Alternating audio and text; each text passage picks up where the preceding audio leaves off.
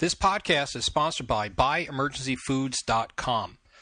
Just earlier today, I was on the SurvivalMom.com website, and I was just going over some articles, and I came across one from about 2 years ago that was talking about freeze-dried food shortage. So in other words, there were some suppliers of freeze-dried food that were having massive shortages. I mean, we're talking weeks to months in order to get your product that you ordered. And this kind of got me thinking that, you know what, this is why we prepare, whether it's food or a broken water main or a fuel shortage. You know, we prepare to take care of these events. However, don't be sitting thinking that, well, you know, when things look like they're going to get bad, I'm going to go ahead and make my real purchases. You need to be prepared now. Don't wait to make one big purchase. If you can't afford what you want right now, then make a monthly budget and get it done slowly, bit by bit.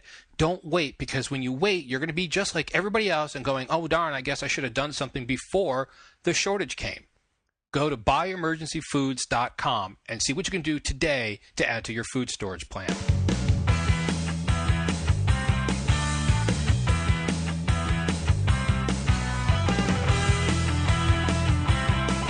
Hey folks, Rob Hannes here with the Preparedness Podcast, the podcast that brings you the best in preparedness information. If you're looking for us online, you'll find us at thepreparednesspodcast.com, and you can always email me directly at rob@prepcast.info.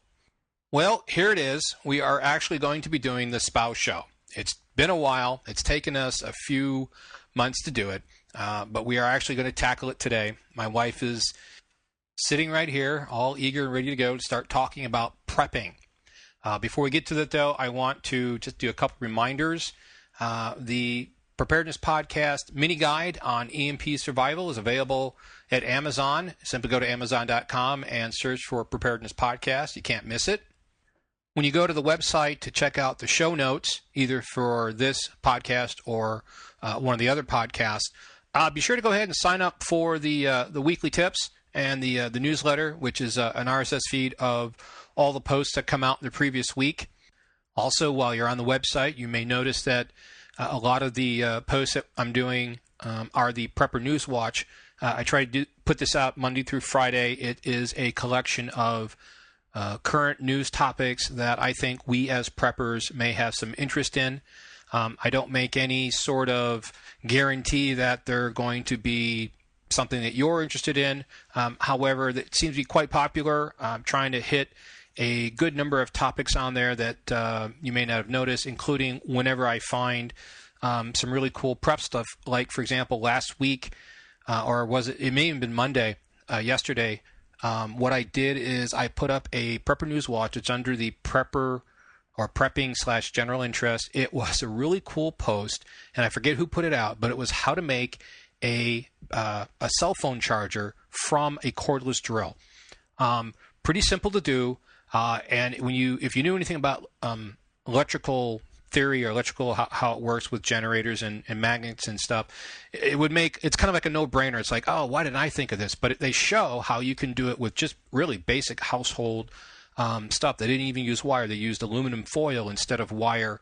And it was pretty cool. So check that out. That's a really neat kind of skill to have as far as how to charge like your cell phone. Like the people who are having to deal with Hurricane Sandy, they found out that, you know, they had a really hard time keeping their cell phones charged because there was no grid power, and that was the only way they could communicate with people. It was the only way they could find out news. It was the only way they had to basically connect to the outside world. And even though the rest of the world was going on business as usual, they were kind of like in isolation because they weren't able to get out. And so once your battery dies, you're kind of dead in the water as far as communications. And since everybody has a cell phone nowadays, it seems this would be a really handy skill to know how to do this. If you're on Facebook, you can like us at facebook.com/preparednesspodcast, and if you're on Twitter, you can follow us at Prepcast.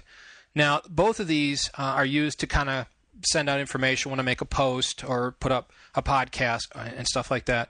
But also, especially like with the Facebook, you know, a lot of it's just lighter stuff. Not everything is prep related. A lot of it's interesting stuff. And that's just, you know, I mean, even your family may be interested in going hiking or camping or skiing or something, but you don't talk about that all the time. Or even if you go to work, And, you don't talk about your field of expertise all the time. We talk about a wide variety of topics, and I think that's important because, as preppers, we have a very broad spectrum sort of view on the world, and I think that it's interesting to keep it, light and hearty sometimes. We don't always have to be so doom and gloom, or everything doesn't have to be prepper. So that's kind of what the Facebook is about.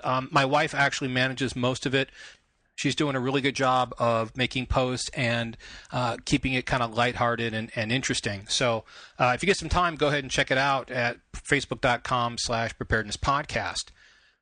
The only other thing I want to mention, and I do this because one of the reasons that I make these podcasts, now granted, I'm doing it to help people and teach them what I know about preparedness, but part of the reason is these are archived for my children so that they'll be able to play these back when I'm long gone and be able to hear their dad and not only hear his voice, but get some prepping tips and some advice. And so mostly for that archival aspect, I want to mention that our family dog, Gracie, of just over 12 years, passed away last week.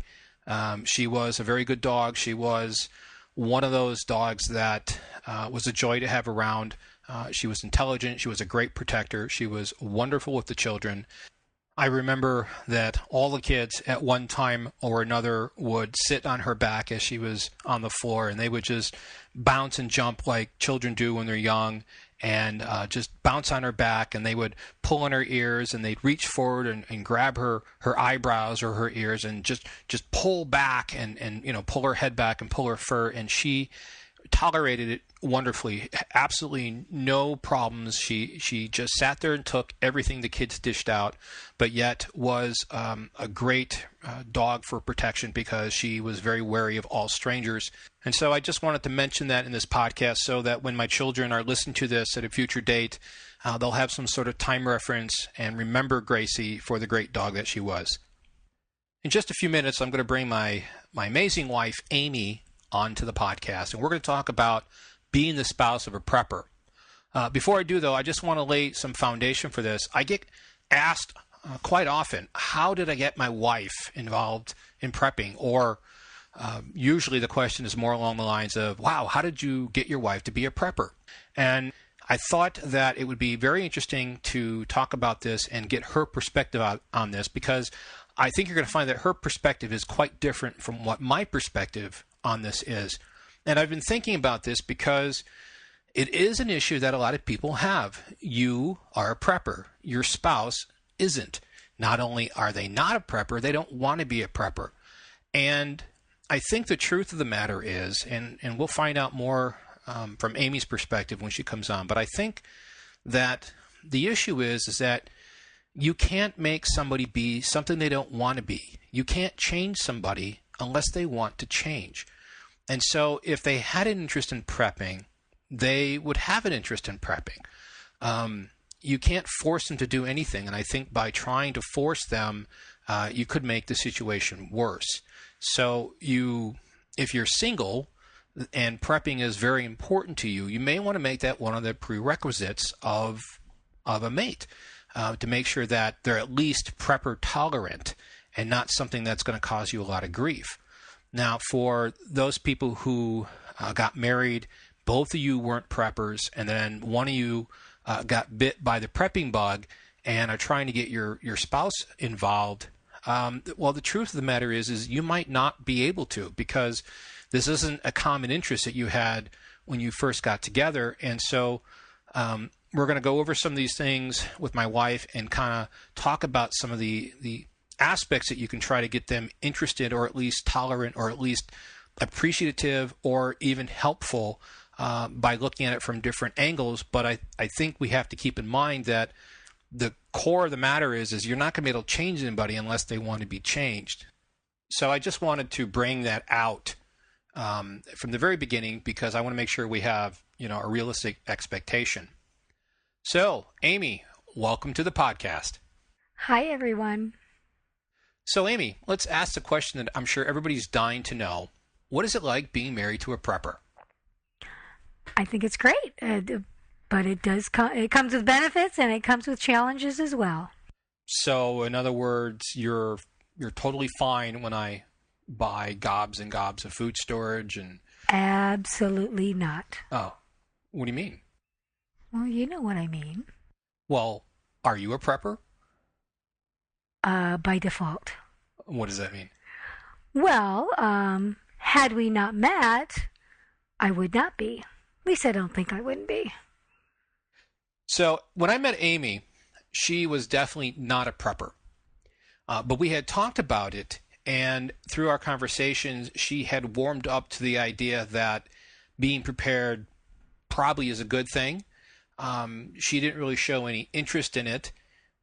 So we would discuss it, and she, at the time when we met, she was working for a company that was preparedness related. So her eyes were kind of being opened to a lot of the preparedness issues that, we preppers, I don't want to say interested in, but are aware of. Things like potential economy issues, the fragileness of, our infrastructure for fuel and food and stuff like that. And so as we talked and as she was working with these guys, she learned more. And so she became more comfortable with it. One issue that I knew that my wife had to be at least tolerant of was the factor of guns, because people usually either hate them or they love them. And so, Amy, you have been a pro-gun person from the beginning, right? Wrong. Okay, that's right. You were not interested in it at all. And, absolutely not. Yeah. So how did you? You're not anti-gun now, though, right? No. Okay, tell us about that. Well, I remember when you first mentioned it to me, you were just kind of like, oh, well, I'd like to take you shooting someday. And I'm, nope, nope, no. And in retrospect, I'm thinking about it. And really, I couldn't really put my finger on why I felt that way, but really, it was fear. It was the media. It was everything I heard about guns just randomly going off, and they scared me. I mean, I was afraid to touch one. I was afraid to come near one because that's all I'd ever heard. My dad had a rifle going up. He was a hunter, but it was in his closet and it was put away and we were not allowed to touch it. So I realized that it was pretty much purely from fear that I didn't want anything to do with it. But you talked to me about it. You didn't push me into it. You were pretty patient. I mean, we talked about it several times, and you explained to me about how most gun accidents were due to somebody not paying attention to the 4 rules of handling weapons. And I finally became warmed up a little bit to the fact that you would take me out and you would show me how to shoot. And yet you weren't going to do it until I learned these 4 rules. And I realized and learned over time, with you being patient with me, that you really were very, very careful. And so I really trusted you in taking me out in what you were saying about weapons. And so we went out, and actually it was kind of fun. I actually had a good time, and it was kind of scary at first, but I put myself in the right mindset. And after that day, I realized that you were right, and there really wasn't a lot to be afraid of when it came to handling these weapons, as long as I followed these rules. Yeah, and I think this is a good lesson for preparedness in general, because what I did was, now you weren't the first person that was non-pro-gun out shooting. In fact, my experiences is when I take people out who typically don't like guns and teach them the rules and show them that it's just a tool.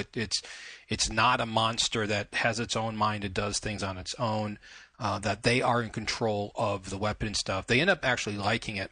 And I really like your attitude about shooting and guns, because I think that pretty much is your attitude towards preparedness in general, and that is Well, I think it's an important skill to have. I mean, now when I'm home and I am here alone with the kids, even more so now that Gracie's not here with us, I do not hesitate at all to be ready to grab my weapon in case somebody tries to get in the house.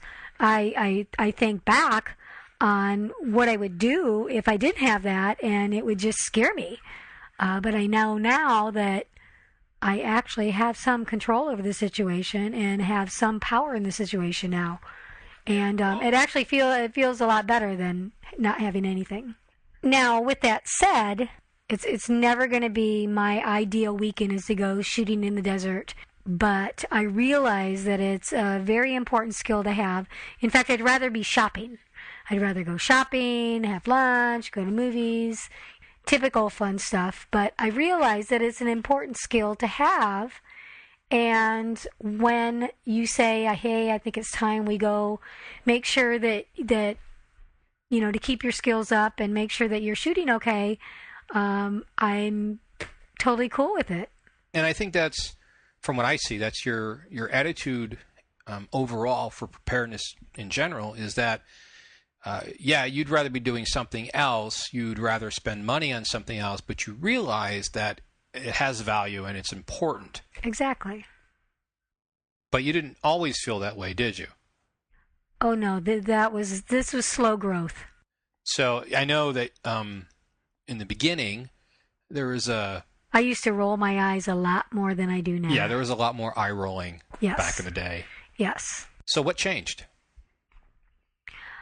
I think just time. I think being around you, you're quite the news hound, and you talking to me in our conversations about things going on in the world, things going on with the economy, and realizing that some of these things that you were doing and that you had actually was surprising, because we'd go camping and you'd have like a solution for everything, and it was actually kind of interesting, because I'm like, wow, I mean, he's got it all figured out. He's got a solution for this. And then I think in combination with all the news things and everything going on in the world, I started to view prepping more like almost like an insurance, where I'm the bill payer of our family, and I write out the checks, and I absolutely hate writing out the health insurance check, the car insurance check, because thankfully we haven't had to use it. And when I think of all that money just being written and never used, it's kind of depressing. But it's there if we need it. And that's, I think, how I've grown to really think about prepping is I don't like making the payments and buying the things that we need to buy, but the peace of mind that it gives me knowing that if we ever need this stuff, we're going to have it, and we're going to be a heck of a lot better off than a lot of people who haven't made these preps. And the neat thing that I like about it is we aren't buying a whole lot that we aren't already using at some point or another, whether we're going camping. Yes, we have some food stored that we have put away for just in case times, but unlike health insurance and unlike car insurance, we can always eat it. It's not going to go to waste. And that makes, I think, it at least a little easier to handle. Yeah, and in fact, some of our preps have already come in handy during our marriage, right? Yeah, we've had some tough times where we've had to rely on some of that. Yeah. Now, luckily, we haven't had to recently, but there has been a period of time where I've been unemployed. You have been a great stay-at-home mom pretty much since the first year that our first son was born. And because of that, we were a one-income family. And the time that I was it 3 or 4 months, I was without a job, years and years ago. Well, you were doing contract work, but that's the check's in the mail, and Right. you're reliant on other people to get that check in the mail, and Yes, it doesn't always come. When clients don't pay their bills, it's a lot like being unemployed. Yeah. But we did use a lot of our food storage that we had stored, and it came in really handy because we didn't live off it exclusively. It allowed us to. Well, you would know more than I because. Well, right. Yeah, I mean, it was great, and I think that was some areas that really convinced me on food storage even more was the fact that we were going through a tougher time, and it wasn't a disaster, and it wasn't an earthquake, but we had to really watch our pennies, and knowing that I could go to the store and buy just some fresh fruit, maybe some fresh vegetables, maybe a meat, or pull some meat from our freezer, and then have the rest of the stuff available to make a meal for our family was great. I mean, I could slash our grocery bill and really save some money, which took a lot of stress off me and a lot of stress off you when the times were tough. And I think that's a good point because, in a disaster or in a situation where you're using your food storage, you may be using it to supplement your everyday food, or you may be using it to using everyday food to supplement your food storage, like, buying fresh fruit and vegetables and stuff. And so anything that can be done to extend these periods of time, I think is important. For example, one of the things I had said during hyperinflation, you have food storage so you can get from one sale to the other. So when prices are jacked up, you don't buy during that period of time. Stores are going to have sales because they want to lure customers. And so you can wait for those dips in prices and buy what you need then. Yeah, it'll probably still be more expensive, but it'll be less expensive than if you had to buy food every day. Exactly. Now, we're using this event of us going through this little tough time, but I think it kind of clinched my feelings on prepping, because having that food there was really nice. And I think then I expanded on that to clothes. I would pre-buy clothes for the kids. If I had maybe some jeans I found on sale for one of the boys that were just, reduced down to nothing, but it was 2 sizes up, I got them. Because if anybody has any boys, they know that within 2 weeks they can have holes in the knees, and especially around the age 7 to 9, and you're going to need a lot of jeans. And prices just seem to be going up. And so I make it a practice that when I see something on sale, if it's a future size that my kids need, I typically will go ahead and buy it, because I know that they're going to grow into those clothes. And I've got a nice little stack that I can get into for their clothes, 3 or 4 sizes up, which is going to reduce my current costs to be replacing their clothes as they grow. I love finding things on sale because now it's automatic. It clicks. If anybody knows, the price of shoes for kids is ridiculous these days, and once in a while you get a really good deal, I'll buy the next size up. Or if they don't have the next size up, I'll buy 2 sizes up. That way at least I know I have maybe to buy the next size when I can find it, but I have the 3rd size already that I don't have to worry about. I take advantage of the sales when I can get them to be able to cut those costs. Yeah, one of the things we had talked about as far as prepping topics was inflation, and one of the ways that you are helping us in our prepping, even though it doesn't necessarily seem that way, is buying clothes and shoes for the kids in future sizes that we know they're going to get to. And I think this is one of the aspects that you can try to help your spouse get into preparedness, or at least, again, prepper tolerant, is, for example, my wife's already shopping. It's already something she's going to be doing. I like doing it. Yeah, she likes doing it. And this could be anything. This could be hunting or cooking or sewing or whatever. Preparing is such a broad spectrum discipline that There's a lot of interest that can be tied into here. But since my wife is already going to be shopping, then I can say, hey, while you're out there, if you see some good prices on future sizes for the kid, go ahead and get them. Or if you see a good sale on shoes for us or whatever, go ahead and get them because we're going to need them in the future. They'll probably be cheaper now than with inflation, a year or two from now. So go ahead. And again, that's just one way we can tie in something that your spouse is already doing and how they can help out with your preparedness. Now, one area that you do already is the food shopping.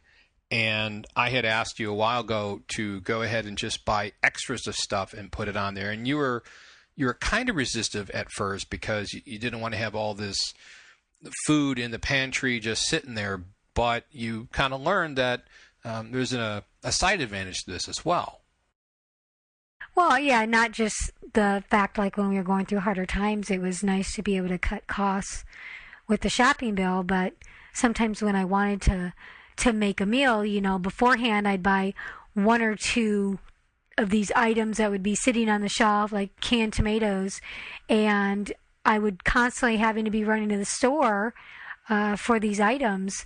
But it was kind of nice knowing that I had plenty on the shelf and I could just go grab another can or go to the freezer and grab another loaf of bread or grab another stick of butter. I mean, it was kind of neat to know that it was always going to be there. Now, do you have any suggestions for somebody who is starting to build their pantry, food storage supply on how they can improve it or expand it or keep track of it or keep the pantry full?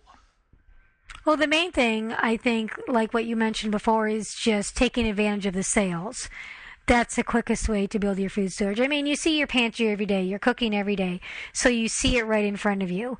So you know what you're using on a regular basis. You know what you need the most of. And then just chip away at it. As something goes on sale, buy what you can afford. If you can afford 10 extra cans, buy 10 extra cans. And then as something else goes on sale, buy that. Everything eventually goes on sale at some point. And it just can be a slow process. I mean, most people can't go out and just completely fill their pantry, with one grocery shopping trip. They have to work at it and chip away at it. Or you could just, every time you buy something, buy one extra. And just slowly over time, it's going to build. Now, I think we may have covered this in part, but one of the questions I wanted to ask you as the prepper spouse is, what are your key parts that you contribute to our preparedness? You mean besides keeping your feet on the ground and not letting you buy everything you want? Yeah, other than that. Okay. That's a big one, though. So. And actually, you know what? I do like that. I think that I wouldn't want you to be into preparedness as much as I am. Because we'd be broke.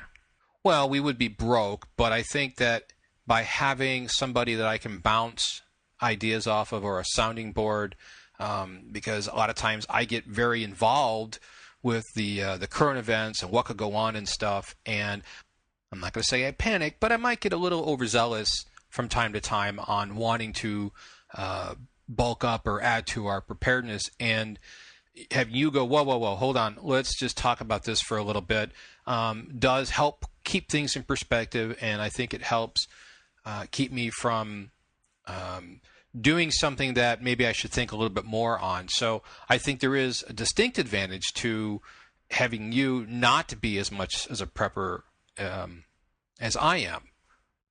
But in addition to the things that we have covered already, are there any other parts of our preparedness that you feel that you're a key part of? Other than the pantry and the kids, and which is big. I don't want to diminish that. I mean, that is a very huge aspect to our preparedness plan. Well, I think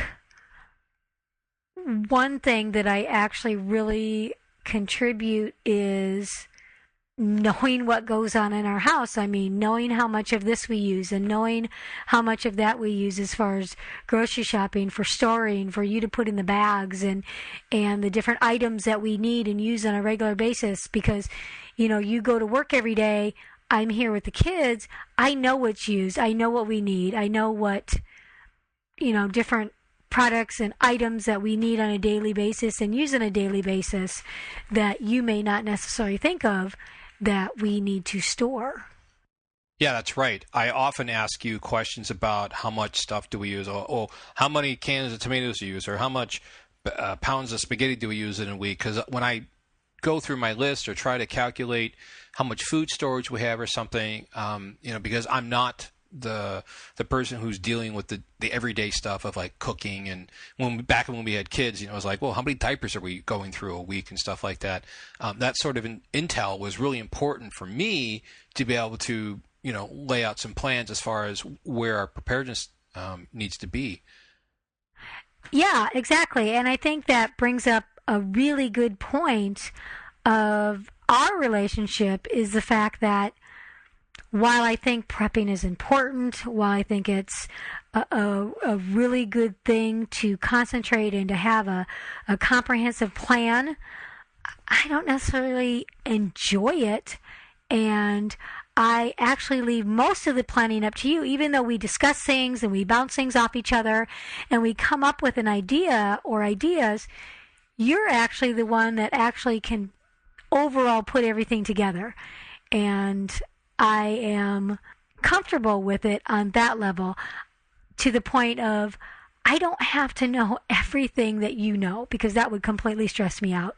I'm not necessarily interested in knowing everything you know, but I find it interesting. Does that make sense? Yeah, I think that's an important aspect that people should look at when they're trying to get their spouse involved, is to let them know that you don't have to be me. You don't have to do and know everything I know. Yes, it would be great if you did, but realistically, this is where I really appreciate your input and what you do, is your support, your tolerance, your acceptance, your appreciation for what I'm trying to accomplish. And basically, we do have the understanding that I do most of the heavy lifting, and you realize that you don't have to be a prepper. It's not prerequisite in order to actually help. You don't have to, so to speak, take the classes and stuff. Right. As an example, like I believe you mentioned it on another podcast, how you have our go bags, and while we've gone over everything in there, and you showed me everything that we put in there, and I've given my input as to things that I need to be in there as well, I don't know everything that's in there. I couldn't name it off the top of my head, and I most likely would not remember what to take in case I'm here by myself and need to leave with the kids. But you have gone that extra step, and you've tied a ribbon onto the bags that I need to take. So it's kind of like I don't have to worry about, in a stressful situation, trying to remember what I need to grab along with the kids to go. You've made that easy for me. Even though I've had some input, you did most of the work. And it's really comforting to know, to me, that she knows what she needs to do. We've gone over it. I've made it simple. I've gone through the components, like she said, and I know that she may not know everything that's in there or know everything is, but I know she's smart enough to figure out if she has to. So I just have to provide the tools and the information and the stuff for her, and I feel very comfortable knowing that if she has to evacuate, she knows which bags to grab, and doesn't have to worry about trying to decide, oh, is this bag mine or is this bag his? She can just grab them and go. And so I think that's an important aspect when trying to work with a spouse who is a non-prepper, is to make it easy for them. Say, well, I understand that you don't really want to know how to use everything in this bag, but let me just show you so that if you do, maybe you'll remember. And here, let me mark it so that you know which ones to take. So at least if there is an emergency, at least you've covered as many bases as possible. And one thing I want to add is you're right. I mean, I don't want to know everything you want to know, but what's interesting is we've been together now how many years? 14. And through all that time, even though I call myself a prepper by default, because I've learned over the years little bits of this, little bits of that, and learned along the way. So even though I may not have a completely active interest as you do in it, I've learned quite a bit. And I know that if some awful tragedy were to happen and I would find myself alone, I would still do it. I would still store food because I've realized that it really is important, and I've had firsthand experience with it, and I would still have a go bag, and I would still have some of these other things that, you've talked about for so many years, because I've realized that they are important. And it's basically, prepping to me is not only just like an insurance, but it's just a backup to things you already have.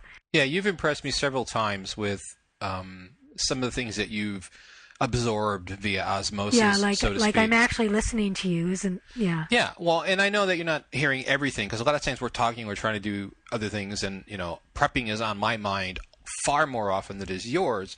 But we talk about it, and I do appreciate that you listen and stuff. And I know a lot of times you're really not all that interested in what I have to say at the moment, but apparently some's getting through, so that's good. Yeah, like when I tell you what the weapon is they're using on the TV show we're watching, that pretty much impresses them. Yeah, so. That was funny. One thing I want to say to, which is something I just thought of, to all, if you're having your spouse listen to this, is when you are married to a prepper, one thing that really brings me peace of mind is knowing that if anything were to happen, ask yourself a question: would you rather be with someone who prepped or with someone who didn't? I hope that nothing ever happens that we need to use these.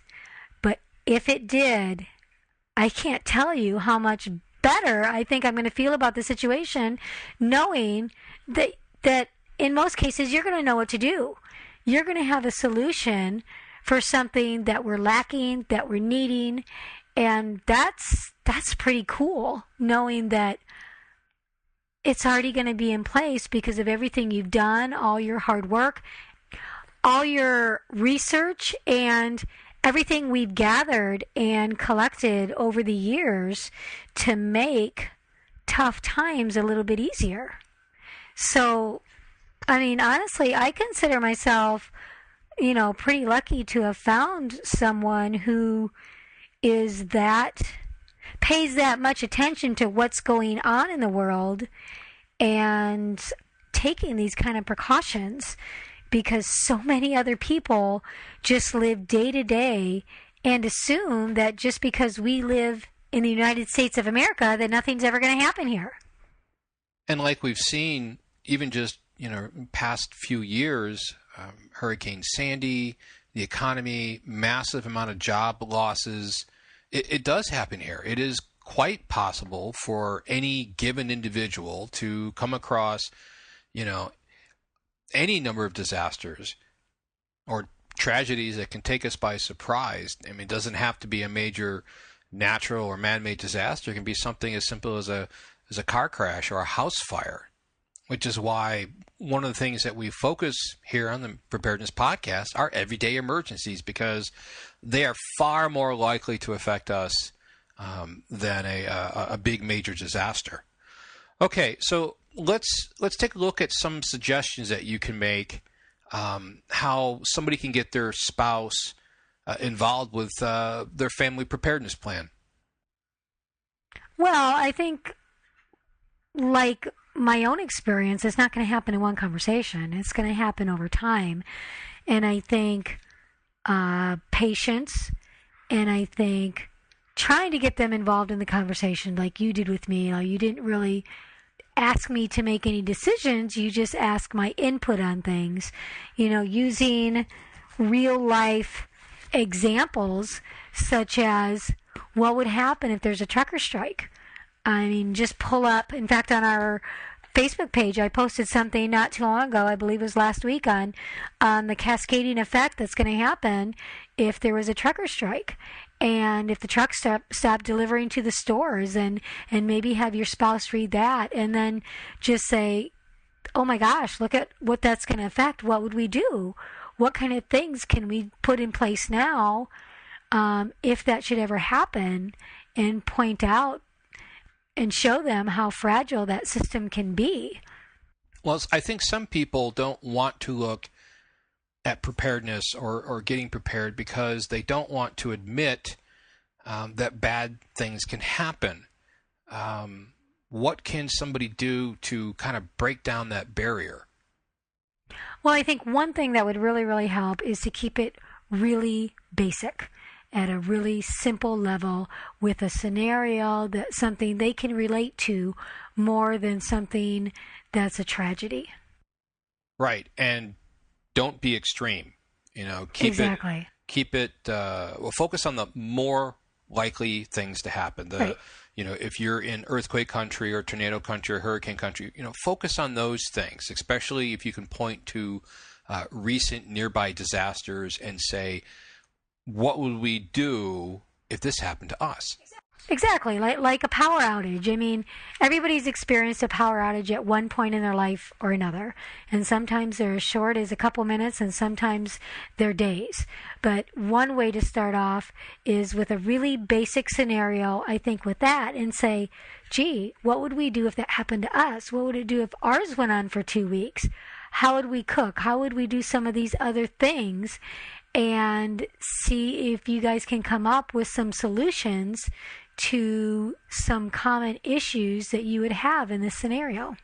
Yeah, I think if you focused on real world events, not scary stuff, not the asteroid that just blew up in Russia, or some of the conspiracy theories out there, or massive hyperinflation that's going to have everybody becoming cannibals in a year or two. Focus on the real stuff. If you're near the East Coast, and talk about Hurricane Sandy and how it affected those people, and how some of those people are still affected, and talk about what you can do to mitigate some of the effects of that disaster. And it may help to say, what, I don't know how we can take away all the issues that can happen, but at least we can provide for our family, our children. We can still feed them or keep them warm, or at least stay out of the rain. If the house is damaged, we have to camp in the backyard.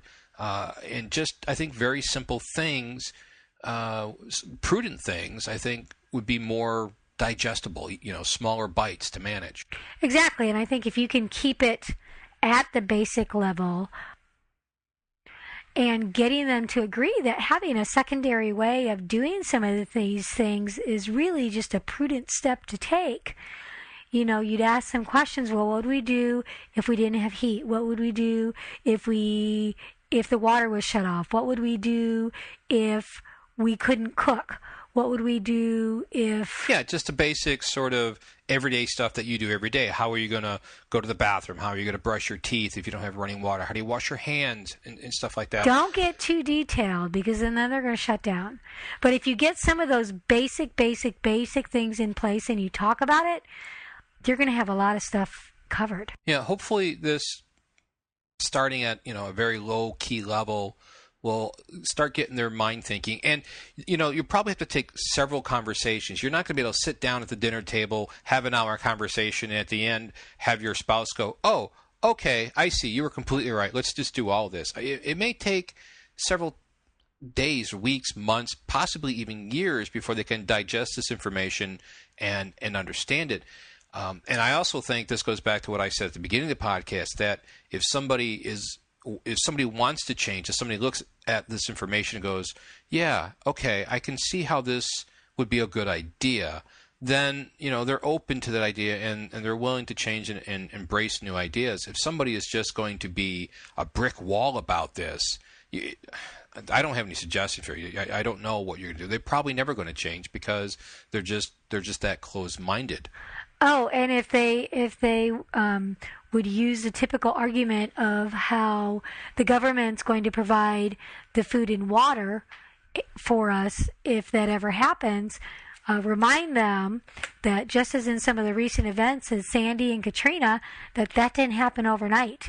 Even the government, FEMA, requests that everybody have enough supplies in place for 3 days, and I heard recently that they're going to be extending that to 5 days because this stuff doesn't happen overnight. It's going to take days for all this stuff to be mobilized. Yeah, and they make those recommendations because the government knows it's going to take them at least 3 days and probably much longer, 5, 6, 7, 8, possibly 10 days for them to get fully mobilized to a point where they can actually provide help. So they know, and they actually say this if you look at the literature closely enough, that you need to be able to take care of yourself long enough so that you can hold out until the aid does get there.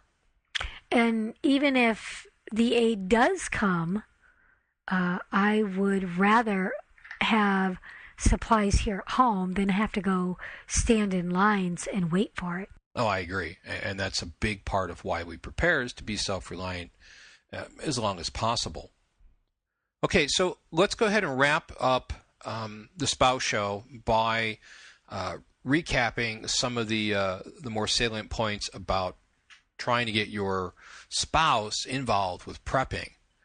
I think most importantly, you need to realize, and I think you need to make sure your spouse realizes, that they don't need to be a prepper. What they need to do is support you, and he or she can find out, where they can do that. Many people don't want to be stigmatized as a survivalist, and I think this can be a barrier. Remember, a lot of what people know about preparedness and survivalism is what they get off of TV and mainstream media, and it's usually pretty wackadoodle, and nobody wants to be thought of that way. So I think keeping it low key is important. One thing that you did that I liked was that you weren't condescending, but you'd ask my opinion on things, or you'd ask me questions as if maybe there were things that you hadn't thought of, that you were really interested in what my input was. And sometimes I would actually come up with some things that you hadn't thought of. Well, sometimes you do, and sometimes you're not interested in. And I've tried to remember at those times you're not interested that we can cover it later when maybe you are interested or tolerant or have the time to actually, sit down and think about it, because, running a household it takes a lot of work. We got a lot of the kid stuff going on and whatever. And I think patience is important as well. Again, you're not going to convert your spouse to being a prepper or prepper tolerant in one conversation or overnight. It's going to take patience and time and understanding, and making sure they understand that there's nothing wrong with this. This is something that the government suggests you should do because they know it takes aid a while to get here. You're not trying to, clad her in camouflage and make her do firing drills in the forest. Right, and I think if you can get them interested, even on just a basic level, I think that's great. That's a huge step. Even though I support you with your preps and agree that prepping is a really good idea, I don't, agree to giving you carte blanche on going out and spending whatever you want. We still sit down and discuss about budget and what are the priorities, and kind of make decisions together on that part. Yeah, that's true. I don't have carte blanche to go out and buy whatever I think we should have. But as I said, is sometimes that can be annoying, having to, clear some of these big item purchases with you. I do like being able to discuss some of this with you, because is it just because I'm immersed in all this information that I get a certain feeling? I bounce it off of you. I get a different perspective, and we can kind of I don't want to say compromise, but we can agree together what we do need to prepare on. And sometimes you say, okay, well, do whatever you think needs to be done, get whatever you think we need to get. And sometimes you're like, well, I think we need to hold off before we do that. And it's just like everything else in marriage. You have to work together to, accomplish things. And at that point, I think we're going to go ahead and close this podcast out. If there has been any topics that we missed, or if you have any questions that you want to ask us or pass along to Amy, you can send them to me at rob@prepcast.info. I hope you were able to get some information out of here and find some of this useful. Like I said, there is no panacea. Your spouse needs to be somewhat open to this idea, and I think that you, with the proper techniques, can help them come to the realization that, some preparedness, at the very minimum, is a good idea. And now that you've met Amy, I'm hoping to have her back for some other podcast episodes that we can talk about, some other aspects that we can explore with her. But until that time, enjoy life and be safe.